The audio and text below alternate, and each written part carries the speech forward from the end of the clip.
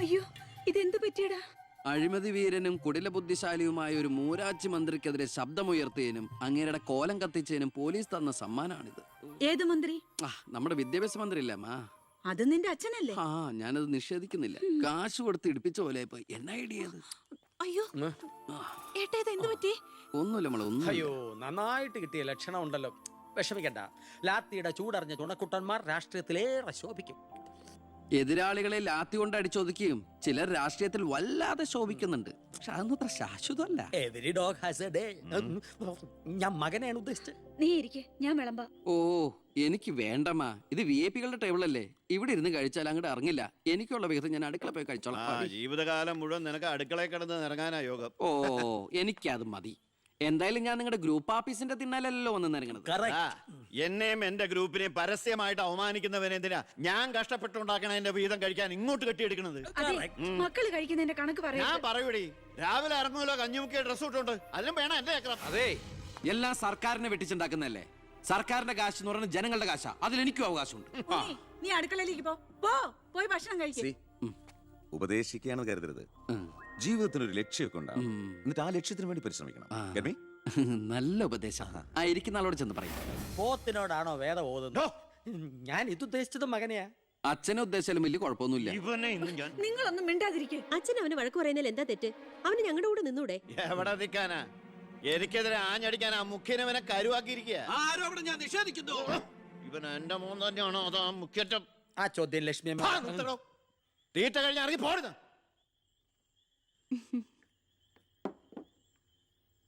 നിനക്ക് അവിടെ പോയിരുന്ന അവരോട് കഴിച്ചാൽ എന്താ? എനിക്ക് അവരോട് ഇരുന്ന് ശരിയാവില്ല ഏട്ടാ. അവരൊക്കെ വലിയ വലിയ കാര്യങ്ങളെ പറയണേ. എനിക്ക് അതൊന്നും മനസ്സിലാവില്ല. എടി, അവരെന്താ പറയണേന്ന് അവർക്ക് എന്നെ മനസ്സിലാവണില്ല. അതാ നിനക്ക് മനസ്സിലാവാത്തത്. അതെന്താ നീ മനസ്സിലാക്കാത്തെ? ചുമ്മാ ഇരിയേട്ടാ. നിന്റെ ഈ വൃത്തിയായിട്ട് സ്വഭാവം കാരണം ഞങ്ങളുടെയൊക്കെ കുട്ടികളെ ഊട്ടി നിർത്തി പഠിപ്പിക്കുന്നത്, നിന്നെ മാതൃകയാക്കി നശിക്കാതിരിക്കാൻ. അതേതായാലും നന്നായി. അവരെന്നെ കണ്ട് പഠിക്കുന്നതിനേക്കാൾ കുഴപ്പാ അവരവരുടെ അച്ഛനെയും അപ്പൂപ്പനെയും കണ്ട് പഠിക്കുന്നത്. ഓ, ഈനാമ്പച്ചിക്ക് മരപ്പെട്ടി കൂട്ട്. ഏയ്, എന്റെ മൂത്തളീനെ മരപ്പെട്ടി എന്ന് വിളിച്ചാണ്ടല്ലോ.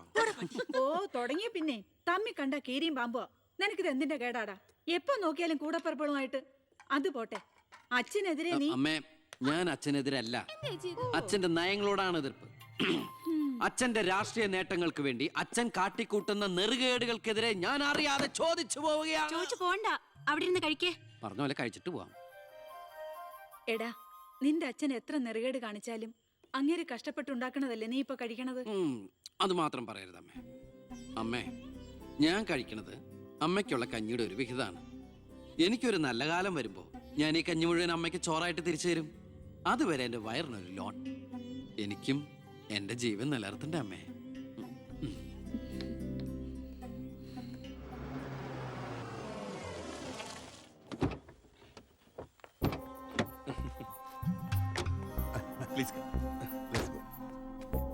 ഇത് അനിൽ മുഖർജി, നമ്മുടെ പെപ്കോ കോള കമ്പനിയുടെ CEO. ഈവനിങ് ഫ്ലൈറ്റിന് ഡൽഹിയിൽ നിന്ന് വന്നതേ ഉള്ളൂ. ശരി. This is my cobrother collector Gopinath. Oh, hello. How are you? Fine. ഞാൻ പറഞ്ഞിരുന്നില്ല അച്ഛാ, ഇവരൊരു പുതിയ പ്ലാന്റ് കൂടി ഓപ്പൺ ചെയ്യുന്ന വിവരം. അയ്യോ, അതുടനെ വേണോടാ. ഇപ്പൊ തന്നെ കോട്ടപ്പുറത്ത് കുടിവെള്ളമില്ലെന്നും പറഞ്ഞ് ജനങ്ങൾ മുറവിളി കൂട്ടുക. ഇനിയിപ്പോ 50 കിലോമീറ്റർ ചുറ്റളവില് ഭൂഗർഭജലം വലിച്ചെടുക്കുന്ന പുതിയ പ്ലാന്റ് കൂടി തുറന്നാൽ ജനവിളകും. ഹേ, അതൊക്കെ ആരറിയാൻ പോകുന്ന വെച്ചാ? കുടിവെള്ള ക്ഷാമത്തിന് സർക്കാർ ചെലവില് നമ്മൾ ടാങ്കറിൽ വെള്ളം അടിക്കും. എന്നാലും അല്ല അച്ഛാ, പെർമിഷൻ കൊടുക്കാന്ന് പറഞ്ഞൊരു 2 കോടി രൂപ ഞാൻ ഇവരുടെ കയ്യിൽ നിന്ന് വാങ്ങിയിരുന്നു. ചെറാക്കുളം ഫൈനാൻസേഴ്സിന്റെ കാസർഗോഡ് ശാഖ തുടങ്ങിയത് ആ പണം കൊണ്ട്. അച്ഛന് താല്പര്യമില്ലെങ്കിൽ ഞാൻ ആ പണം പിൻവലിച്ച് തിരിച്ചു കൊടുത്തേക്കാം. അത് വേണ്ട. പിന്നെ ആ വ്യവസായ മന്ത്രി ദിവാകരന് ഒരു തുക കൊടുക്കേണ്ടി വരുമെന്ന് പറഞ്ഞേക്ക്. കൺഫേം. Thank you. എല്ലാം കേട്ടു, ഒന്നും നടക്കില്ല. Good night. അല്ല, അതെ, നാളെ ഒരു വഴിതടൽ സമരമുണ്ട് KK റോഡില്. ബഹുമാനപ്പെട്ട മന്ത്രി അച്ഛൻ അതുവഴിയൊന്നും വന്നേക്കരുത്. പിന്നെ മന്ത്രിയുടെ കാറ് മാൻ തടഞ്ഞു എന്നും പറഞ്ഞ് രാത്രി ഉണ്ണാൻ വന്നിരിക്കുമ്പോ എന്റെ കഞ്ഞിൽ പാച്ചിടാൻ വന്നിട്ടുണ്ടല്ലോ. കഞ്ഞി കുടിച്ചിട്ടേ പോകുള്ളൂ. കേന്ദ്ര സർക്കാരിനെ എതിർക്കാൻ വേണ്ടി മാത്രം പെട്രോൾ വില വർധനയ്ക്കെതിരെ സമരം ചെയ്യുന്ന മറ്റ് സംഘടനകളും ഒന്ന് ഓർക്കണം. അവരുടെ സർക്കാർ ഭരിച്ചിരുന്നപ്പോഴും ഇവിടെ അടിക്കടി വില വർദ്ധിപ്പിച്ചിട്ടുണ്ടെന്ന് എന്ന് കരുതി കേന്ദ്ര സർക്കാരിനെ ന്യായീകരിക്കുകയല്ല ഞാൻ. നമുക്കെല്ലാവർക്കും അറിയാം, പെട്രോളിന് വില കൂടുമ്പോ ഇവിടെ ഉപ്പ് തൊട്ട് കർപ്പൂരം വരെയുള്ള സാധനങ്ങൾക്ക് അമിതമായ വില കൂടുമെന്ന് ഓട്ടോ ചാർജ് വർധന, ബസ് ചാർജ് വർധന, ഇതൊന്നും ഇവിടുത്തെ സാധാരണ ജനങ്ങൾക്ക് താങ്ങാൻ കഴിയില്ല. എന്നും സാധാരണക്കാർക്ക് വേണ്ടി നിലകൊള്ളുന്നവരാണ് നമ്മൾ. ഭരണകക്ഷിയായാലും നമ്മൾ ഇതിനെതിരെ പ്രതികരിക്കണം. ഇത് ഇപ്പോഴൊന്നും തീരുന്ന ലക്ഷണമില്ല. ഇപ്പൊ തന്നെ ലേറ്റാ. ഇന്ന് പരീക്ഷാ ദിവസമായിട്ട് ടീച്ചറെ ഒന്ന് പറഞ്ഞു നോക്കിയാലോ? ഞാൻ പറയാം. 947 നമ്മുടെ മഹാത്മജി നമുക്ക് വാങ്ങിത്തന്ന സ്വാതന്ത്ര്യം നീണ്ട സമരങ്ങളിലൂടെയാണ്.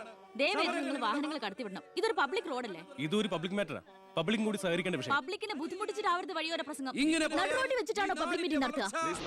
പബ്ലിക്കിന് വേണ്ടിയിട്ടാണ് മാഡം പബ്ലിക്കായ കാര്യങ്ങൾ പബ്ലിക്കായി പറയുന്നത്. ഇത് പബ്ലിക്കിന്റെ മുന്നിൽ വെച്ച് പബ്ലിസിറ്റിക്ക് വേണ്ടി ഉണ്ടാക്കുന്ന പബ്ലിക് ന്യൂസൻസ് ആണെന്ന് പബ്ലിക്കിന് മൊത്തം അറിയാം. ഏതാ ഈ പബ്ലിക്? ചുമ്മാ ഒരു കാര്യമില്ലാതെ ഒരു ഉടക്ക്.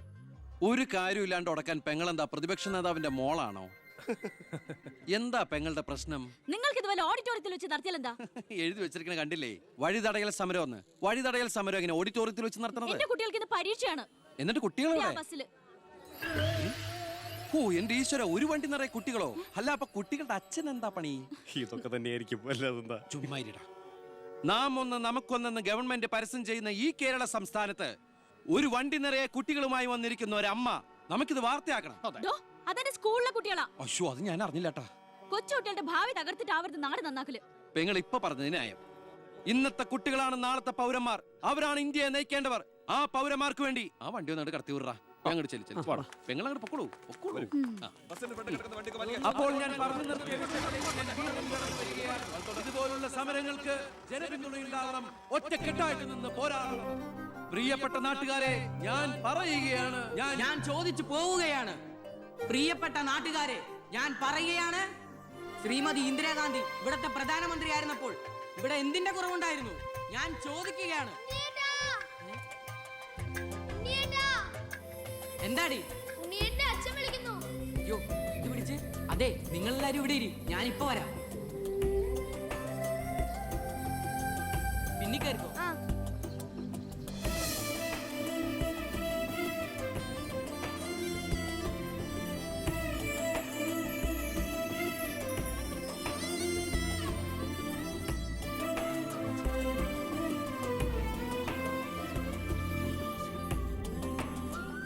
മോളെ ഇതൂടെ ഒന്ന് കഴുകി വെച്ചേരെ. ശരി.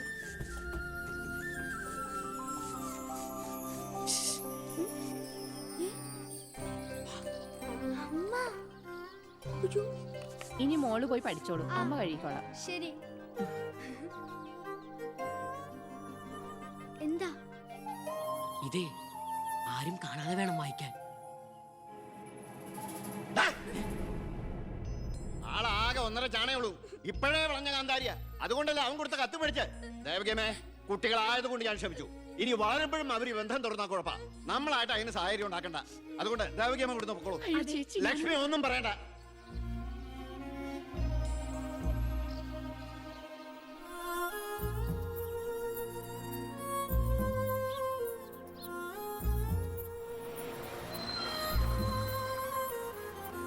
ടീച്ചറെ, സ്കൂളെത്തി. ഇറങ്ങണ്ടേ?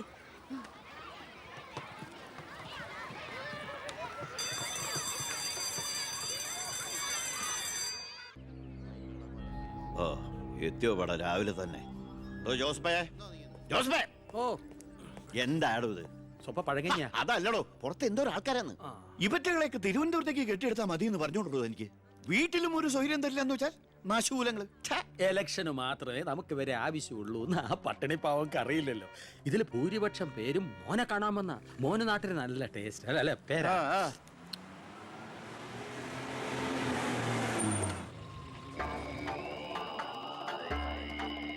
വെണ്ടർ ചാണ്ടിയല്ലേ വരുന്നത്?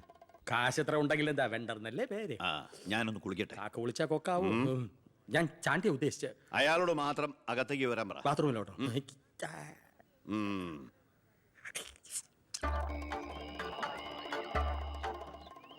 കാർഷിക കടമല്ലേ? അതെ. ജപ്തി ചെയ്യില്ല. ഗഡുക്കളായിട്ട് അടയ്ക്കാനുള്ള വഴിയൊക്കെ ഞാൻ ശരിയാക്കി തരാം. അമ്മ പോക്കോളൂ. ആ, ഇതായാലും ചാണ്ടിച്ചനോ? 5.5 പുതിയ കാറൊക്കെ വാങ്ങിച്ചിട്ടുണ്ടല്ലോ. കർത്താവ് തരുന്നു, ഞാനത് കൈനീട്ടി വാങ്ങിക്കുന്നു.